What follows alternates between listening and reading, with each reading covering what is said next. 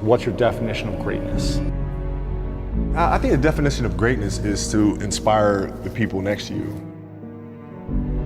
My parents were great. You know, growing up, they instilled in me the importance of imagination, of curiosity. And understanding that, okay, if you want to accomplish something, I'm not just going to sit here and say, yes, you can do whatever you want. Yes, you can, but you have to also put in the work to get there.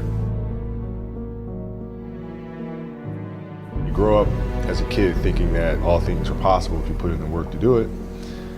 You grow up having that fundamental belief.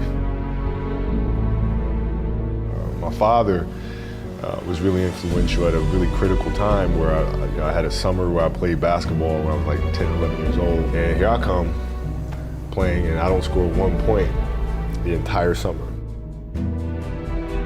I scored not a free throw, nothing, not a lucky shot, not a breakaway layup, 0 points. And I remember crying about it, being upset about it. My father just gave me a hug and said, listen, whether you score 0 or score 60, I'm gonna love you no matter what. That is the most important thing that you can say to a child. That gives me all the confidence in the world to fail. But to hell with that, I'm scoring 60. From there, I just went to work. I stayed with it, and I kept practicing. I think that's when the idea of understanding a long-term view became important. Because I wasn't going to catch these kids in a week. I wasn't going to catch them in a year, right? So that's when I sat down and said, okay, this is going to take some thought. Started creating a menu of things. When I came back the next summer, I was a little bit better. Open shots, not miss open shots. Be able to shoot it with speed, because those kids are so much more athletic. So it's a simple thing of math. If you want to be a great player, if you play every single day, 2-3 hours, every single day, over the course of a year, how much better are you getting? If you're obsessively training 2-3 hours every single day, over a year, over 2 years, you make quantum leaps. Go up every single day, do the work. They're looking at me as if, okay, this kid's soft, right? He's from the suburbs of Philadelphia.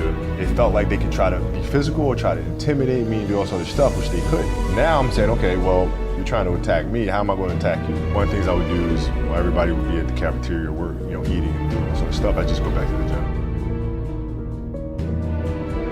Yeah, I may be from the suburbs, but you're not going to outwork me.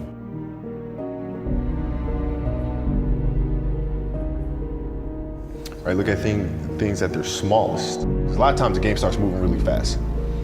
But if you train yourself to watch hours and hours of film, the game's not moving that fast anymore. I mean, it's an obsessiveness that comes along with it. You want things to be as perfect as they can be. Understanding that nothing is ever perfect. But the challenge is try to get them as perfect as they can be. So how can we teach our children what it means to work hard? Well, you do it through training.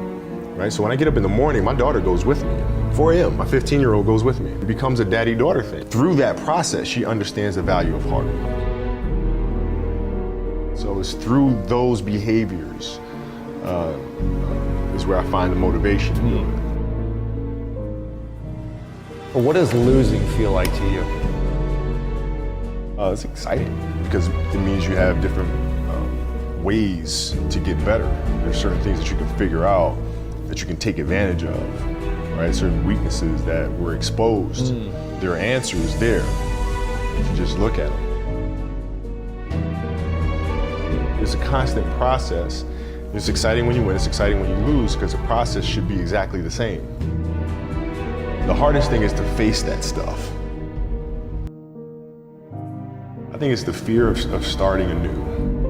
When you play for 20 years, I played for 20 years, you reach a certain level, you're like, okay, wait a minute, I have to start again at the base of a mountain and try to climb the top of this mountain. First of all, what mountain am I climbing? I don't even know, like, what the hell am I going to be doing? The thing that helped me actually was hurting my Achilles, because that forced me to sit there and say, okay, the day could be today that your career is over. First question I asked, which is the wrong question, is what's the biggest industry I can get into? I said, okay, stop thinking of it that way. You're thinking of it the wrong way. Why did you start playing basketball? Because I loved it. All right, what do you love to do? Oh, well, I love to tell stories. All right, let's do that. I think stories is what moves the world.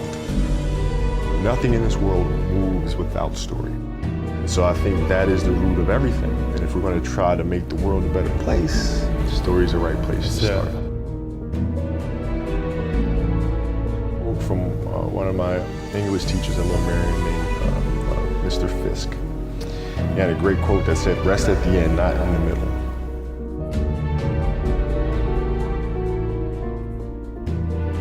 That's something I always live by. I'm not going to rest, I'm going to keep on pushing now. There are a lot of answers that I don't have, even questions that I don't have. But I'm just going to keep going. I'm just going to keep going, and I'll figure these things out as we go, right? And you just continue to build that way. So I try to live by that all the time.